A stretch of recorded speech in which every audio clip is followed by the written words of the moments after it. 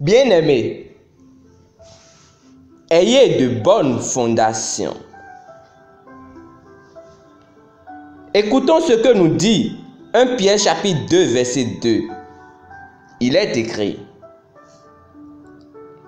désirez comme des enfants nouveau-nés le lait spirituel et pur, afin que par lui vous croissiez pour le salut. Amen. Tout ce qui tiendra et durera nécessite une bonne et solide base comme le roc. Par conséquent, tout chrétien doit avoir la bonne fondation de la parole de Dieu et de la doctrine de Christ. Cela commence par un appétit vorace pour la parole pure et inaltérée de Dieu.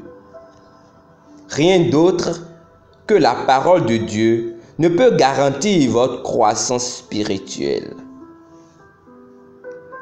Les Écritures mettent l'accent sur la croissance jusqu'à la perfection, en commençant par s'assurer que vous compreniez les principes fondamentaux.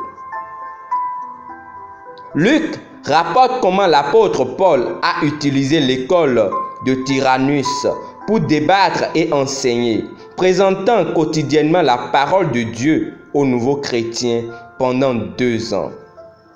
Actes chapitre 19, versets 1 à 10. Paul avait différentes catégories de personnes qui étaient à différents niveaux d'apprentissage, mais il s'est assuré qu'elles avaient toute la fondation spirituelle. Après la fondation, cependant, il est important de passer à la classe supérieure, les enseignements les plus avancés. C'est pourquoi, laissant les éléments de la parole de Christ, tendons à ce qui est parfait, sans poser de nouveau le fondement du renoncement aux œuvres mortes, de la foi en Dieu, de la doctrine des baptêmes, de l'imposition des mains, de la résurrection des morts et du jugement éternel. C'est ce que nous ferons si Dieu le permet.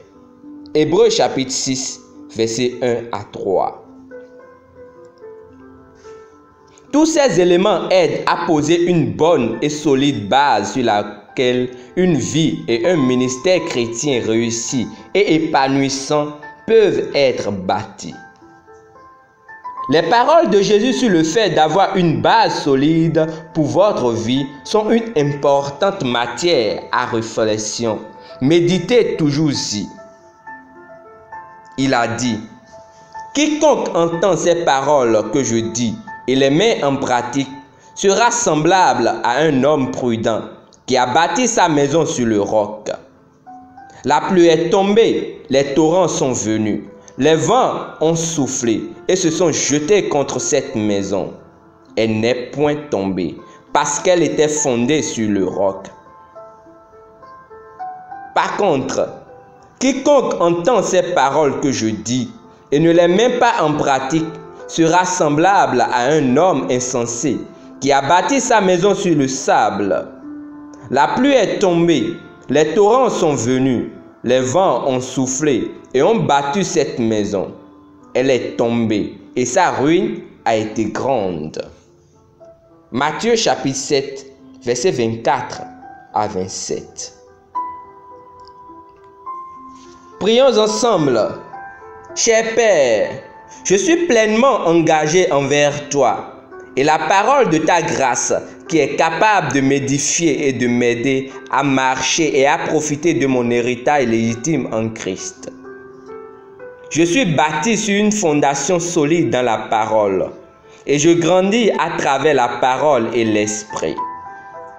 Je suis transformé de gloire en gloire et positionné pour accomplir ta destinée et ton dessein pour ma vie au nom de Jésus. Amen.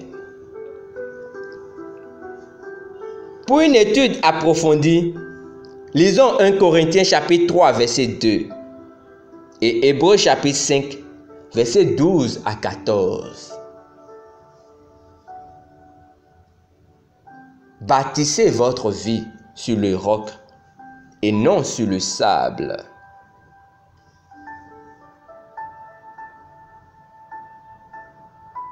Demeurez richement bénis. Amen.